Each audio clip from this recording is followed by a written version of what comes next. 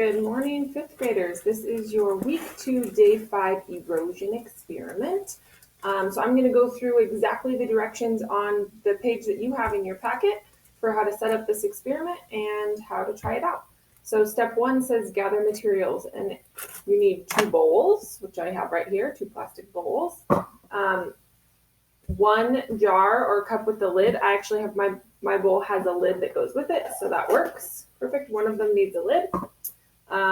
Candy from your learning packet. You should have all gotten a packet like this. These little pieces of candy represent a model of the types of rocks.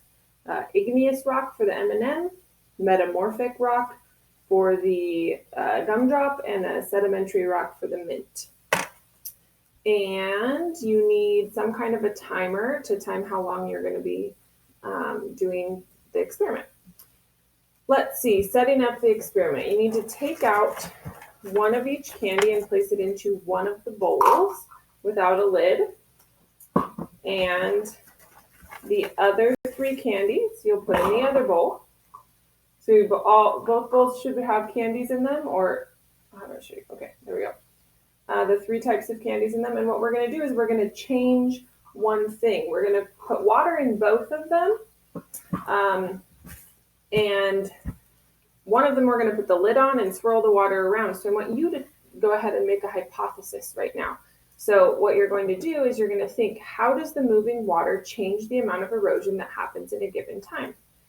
Or which set of candy do you think will erode most? The candy sitting in the bowl with water, or the candy shaking in the bowl or jar with water? So go ahead and push pause and take a second to write down your hypothesis. Okay, step 4 of the experiment is to actually do the experiment. We're going to fill one bowl with water, and I'm going to fill the other bowl with water, and I'm going to put the lid on. I'm going to take a look at my timer. I've got my timer right here on my phone. And I'm going to do for 30 seconds.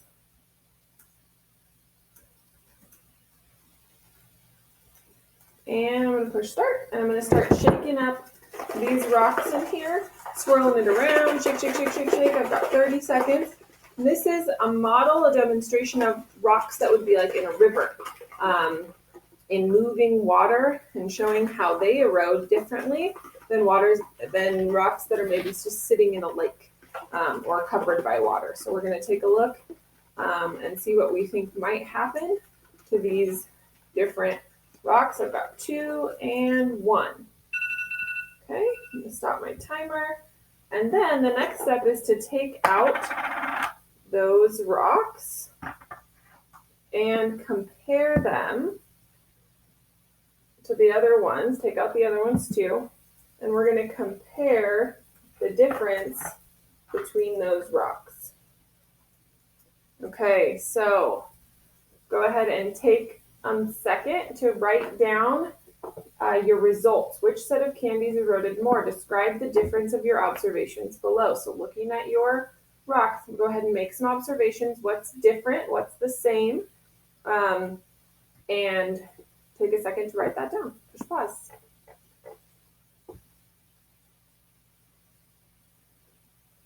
Okay, step 6 is the conclusion. This is where you're going to answer the investigative question.